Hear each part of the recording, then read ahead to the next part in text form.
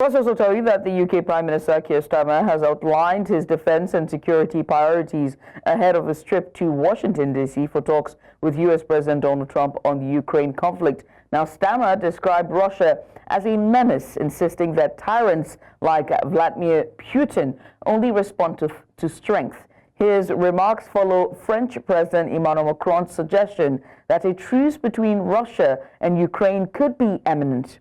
Both Macron and Starmer are pushing to strengthen European security cooperation with the U.S. as tensions over defense commitments continue to rise. Meanwhile, the Kremlin has signaled interest in rare earth mineral trade with the U.S., including resources from Russian-occupied Ukrainian territories, fueling speculation over a potential U.S.-Ukraine deal.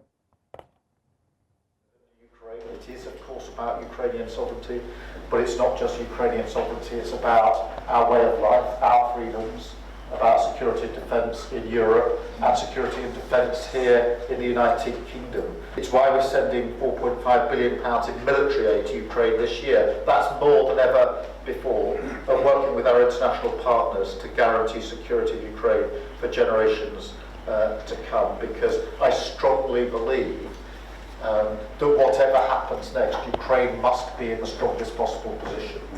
We must get peace through strength. We also need to be really clear, because there's lots of discussions at the moment about negotiations going on. You can't negotiate about Ukraine without Ukraine. You just can't. And we must be absolutely clear about this. And joining me now on the news to discuss this is Barrister Uche Oti. He will tell us more. Just give us a bit of weigh-in on UK's stance now. Well, Barrister, many thanks for doing this with us. Keir Starmer emphasized the need for strength in dealing with Putin. How do you assess the effectiveness of this approach in the current geopolitical context? I'm having challenges with hearing you. I don't know if you could hear me. Loud and clear. I was asking about Keir Starmer's statement. He emphasized on the need for strength in dealing with Putin. Okay, if I heard you correctly, talking about the diplomatic efforts of the UK Prime Minister Keir Starmer and Emmanuel Macron, I think it's a welcome development and it's a step in the right direction.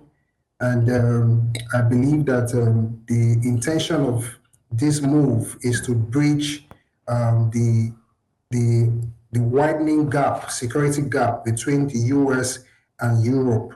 And you can see that he has been making very bold assertions, especially in his address very recently, where he is increasing the defense budget for the UK.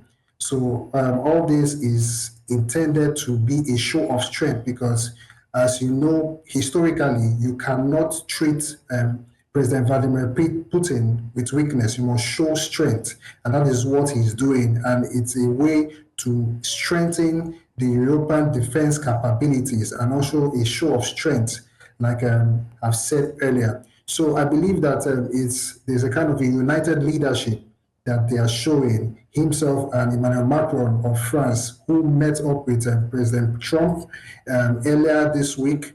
And all this is geared towards the US and Europe united front that will be, that is going to rival whatever plans that the Kremlin has in store for the security of Ukraine. Right.